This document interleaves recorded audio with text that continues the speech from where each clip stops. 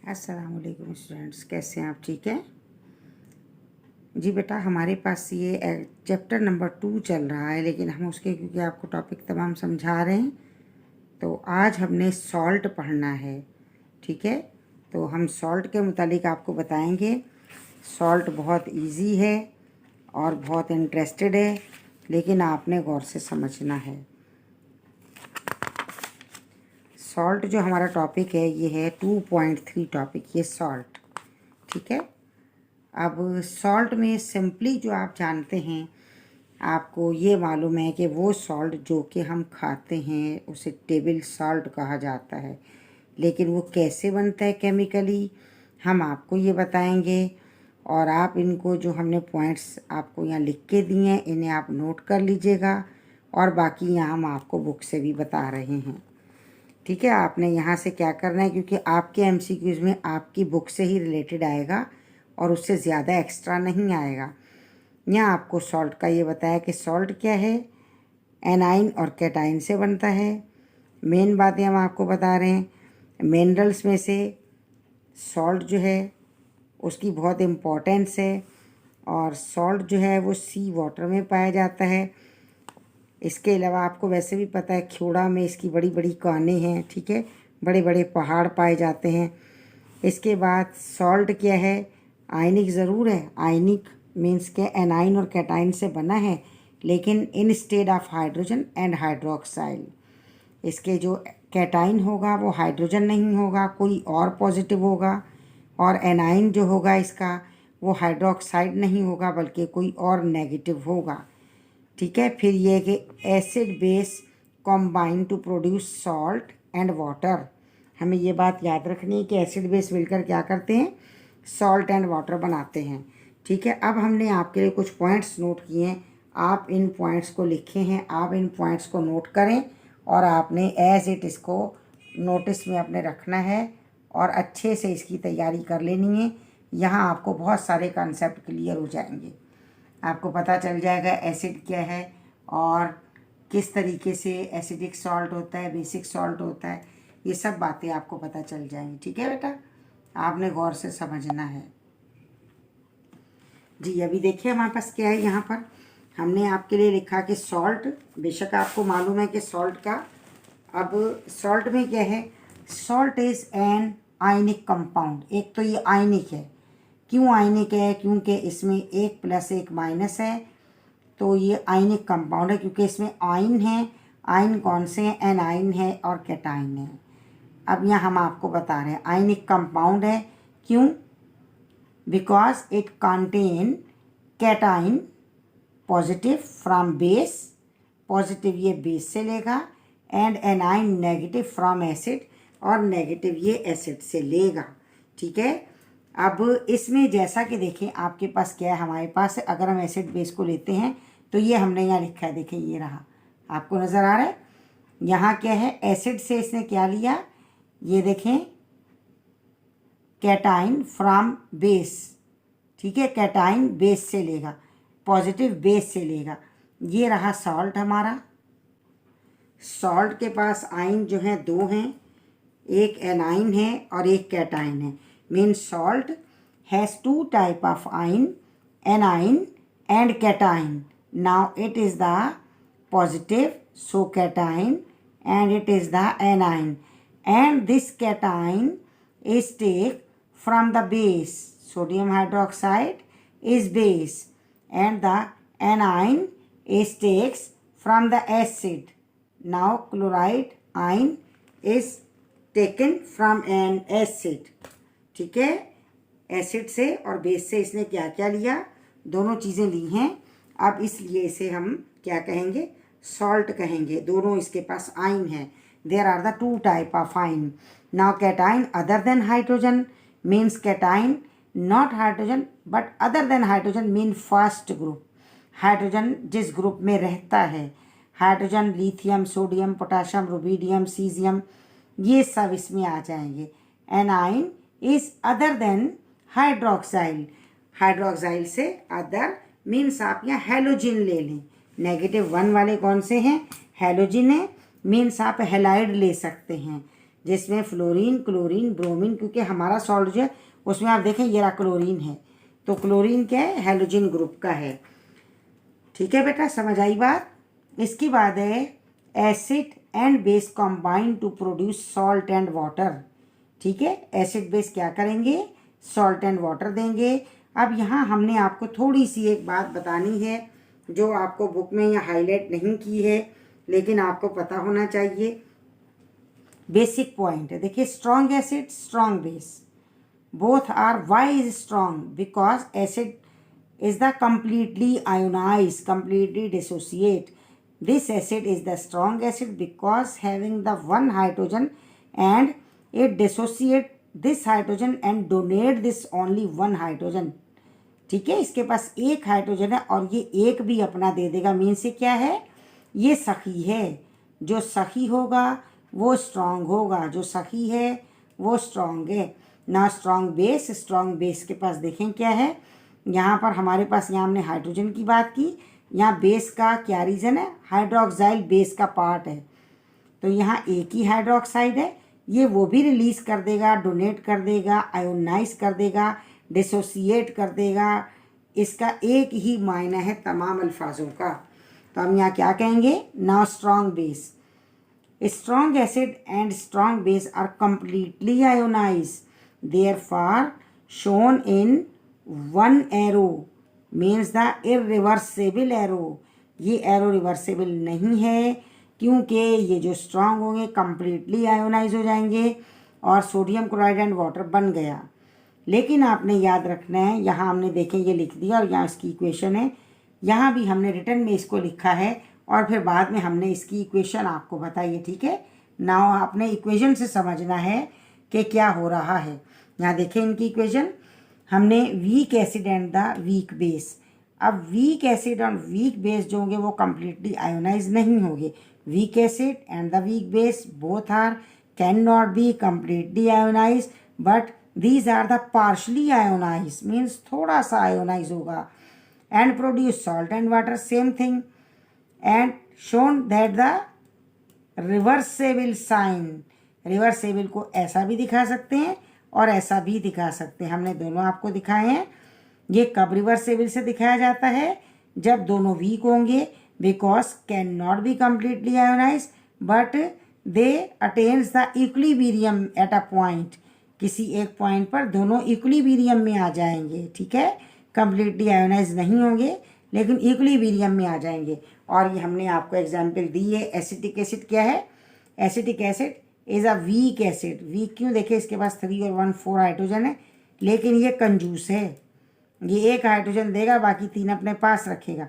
ये एक हाइड्रोजन इसने क्या किया, आयोनाइज कर दिया, डिसोसिएट कर दिया या डोनेट कर दिया, तो हमारे पास के एसीटेट आयन बना और हाइड्रोजन आयन बना। ठीक है, इसलिए ये क्या है, ये वीक एसिड है।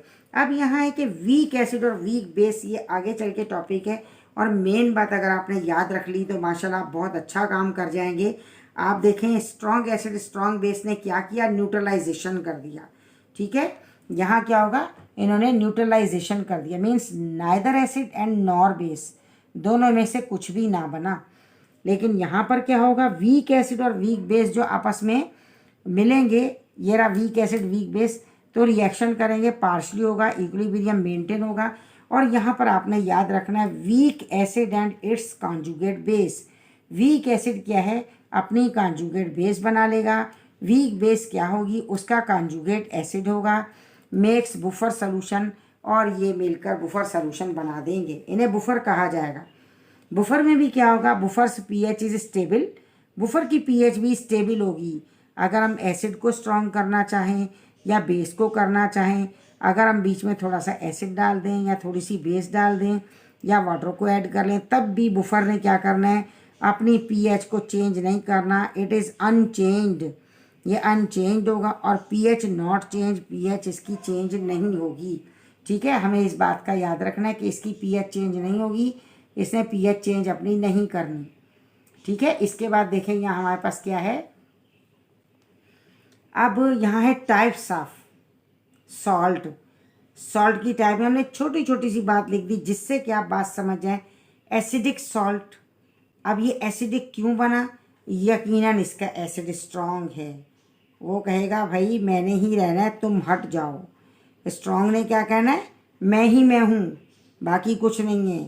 तो ये जो गलत कॉन्सेप्ट है, स्ट्रॉन्ग जो है अपना गलत कॉन्सेप्ट देते हैं। यहाँ एसिड साहब भी वही कॉन्सेप्ट दे रहे हैं। अब ये क्योंकि एसिडिक सॉल्ट है, तो ये सॉल्ट क्या है, एसिडिक है, मीन्स इसमें एसिड स्ट्रॉन्ग है। ये सॉल्ट क्या है, बेसिक है, मीन्स इसमें बेस स्ट्रॉन्ग है। देखिए हमने लिखा एसिडिक सॉल्ट, क्या होगा, acid strong, base weak. Basic salt, base strong and acid weak. ठीक है। Neutral salt, strong acid and strong base, completely ionise, हम आपको ऊपर बता चुके हैं। और इसे क्या कहेंगे, neutralisation reaction, means during the reaction acid base combine but neither produce the acid and nor base. ना तो एसिड बनेगा और ना ही बेस बनेगी। और क्या होगा, इस तरह से ये न्यूट्रलाइज हो जाएगा, कंप्लीटली आयोनाइज हो जाएगा, और तभी इसको क्या कहा जाएगा, न्यूट्रलाइजेशन रिएक्शन कहा जाएगा। और ये स्ट्रॉन्ग एसिड और बेस के साथ होता है। ठीक है बेटा। अब हम आपको थोड़ी सी इक्वेशन बता देते हैं, आप ये देख लें इक्वेशंस को, आपको समझ आए। यहाँ हमने सोचा आपको यहाँ से बुक से ही बता देंगे ताकि आपको अच्छे से समझ भी आ जाएंगे और आप देख लेंगे, आपके कोर्स से रिलेटेड हो जाएगा, तो ज़ाहिर है आपको आसानी से समझ आ जाएगा। ठीक है बेटा। अभी देखें यहाँ हमारे पास क्या है, आपको बुक में क्या पता है, पेज नंबर 26 है ये। ठीक है, ये देखें, ये पेज नंबर क्या है, पेज नंबर 26 है। ठीक, अभी देखें आप इक्वेशन को, सोडियम हाइड्रोक्साइड HCl, स्ट्रॉन्ग। अब क्या होगा, इसका पॉजिटिव गया इसके नेगेटिव के पास गया, ये देखें ये गया, पॉजिटिव गया नेगेटिव के पास, लेकिन पॉजिटिव स्ट्रॉन्ग है वो पहला पहले ही रहेगा, तो Na बन गया और Cl बन गया, NaCl एंड साथ में क्या बना, हाइड्रोजन यहाँ से रह गया OH ये, और ये वाटर बन गया, सोडियम क्लोराइड एंड वाटर। ये हमारा नमक है, टेबल सॉल्ट है जो हम खाते हैं। अब सोडियम के ही ग्रुप का, फर्स्ट ग्रुप का ही ले लें, क्या है, पोटाशियम हाइड्रोक्साइड। ये सल्फ्यूरिक एसिड के साथ रिएक्शन करेगा तो क्या बन जाएगा, पोटाशियम सल्फेट बन जाएगा। ठीक है, ये भी क्या है हमारे पास, सॉल्ट है, और ये वाटर है। Calcium hydroxide and nitric acid, ये क्या है, नाइट्रेट, कैल्शियम नाइट्रेट बन जाएगा। यहाँ कैल्शियम की वैलेंसी 2 यहाँ आ गई, नाइट्रेट की 1 है जो यहाँ लिखी नहीं जाएगी। यहाँ भी सल्फेट की 2 वैलेंसी यहाँ आ गई, एंड वाटर बन जाएगा। ठीक है बेटा।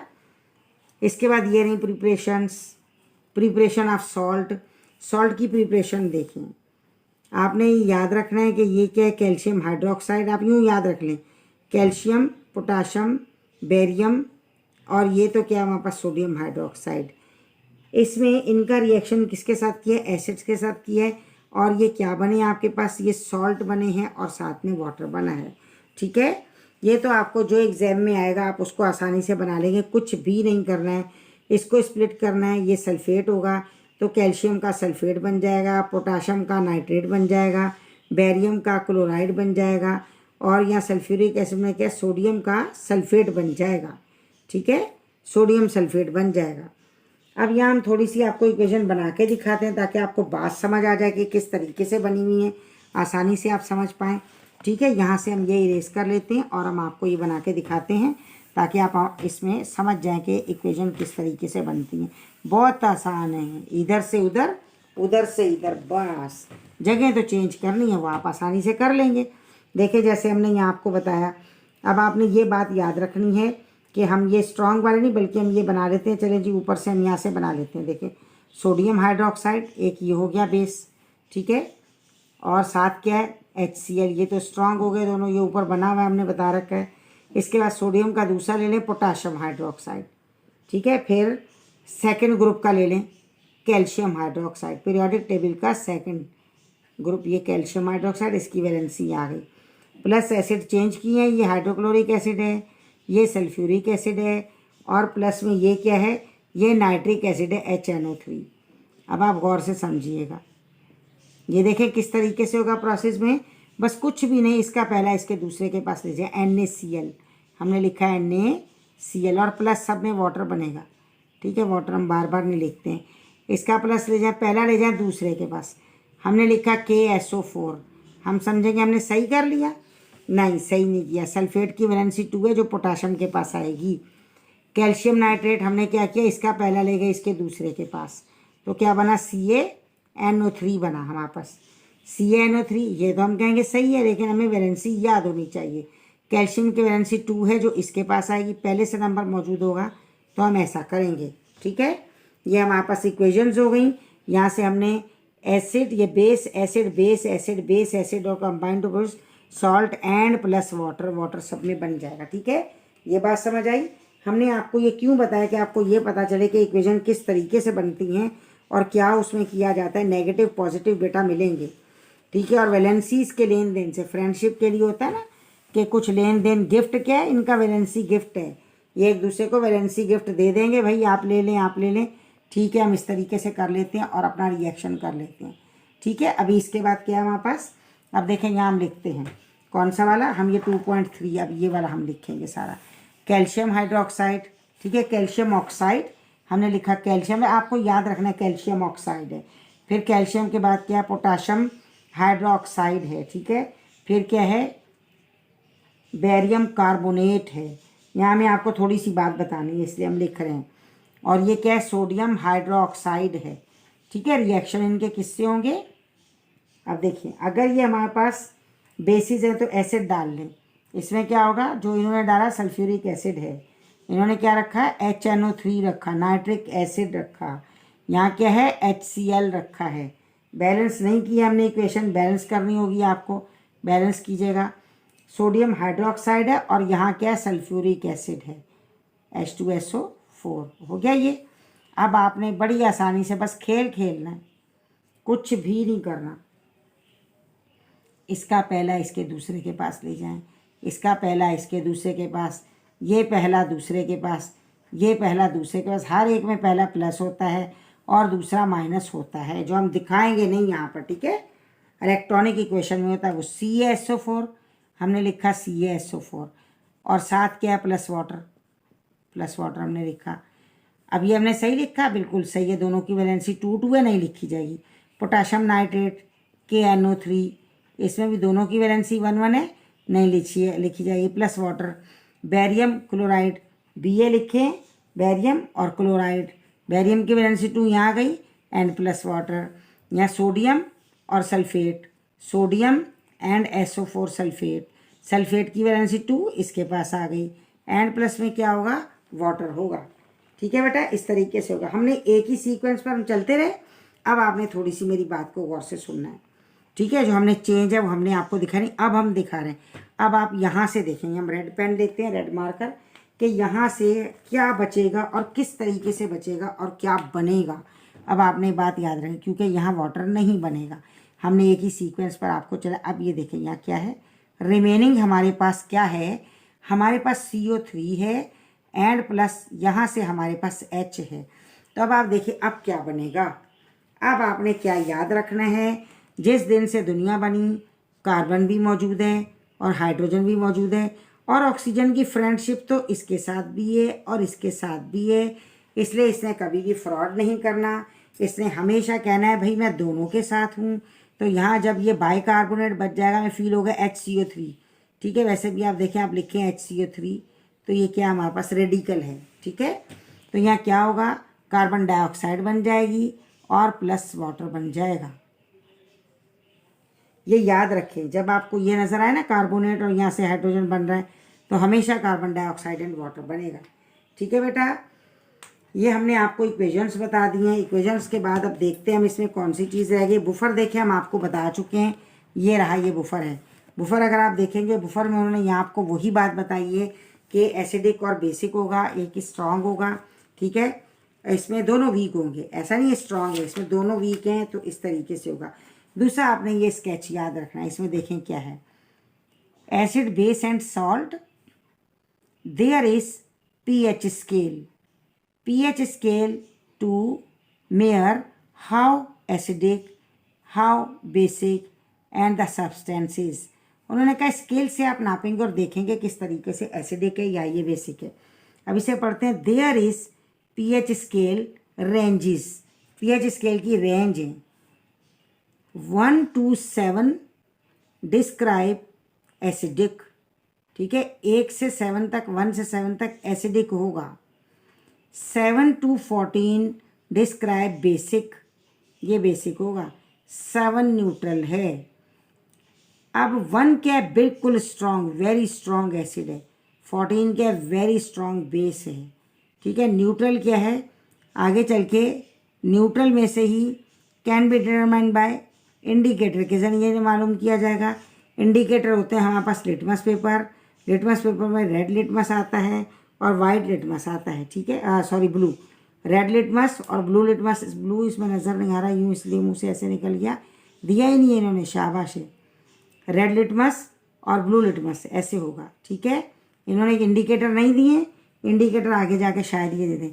यहाँ देखें इन्होंने आपको क्या बताया, सच एज, एक तो लिटमस है, दूसरा क्या है, रेड कैबिज वाटर। इसे इंडिकेटर के तौर पर यूज़ किया जाएगा। फिर यहाँ यूनिवर्सल इंडिकेटर में क्या है, has full colour range. Colour ये होंगे, एसिडिक रेंज ये वाली, एंड क्या होगा, न्यूट्रल की रेंज ये होगी और बेसिक की रेंज ये होगी। ये आपको क्या बताया, भला आपको पता है क्या बताया है? ये देखिए, ये बताया, ये दिखाया आपको, ठीक है बेटा।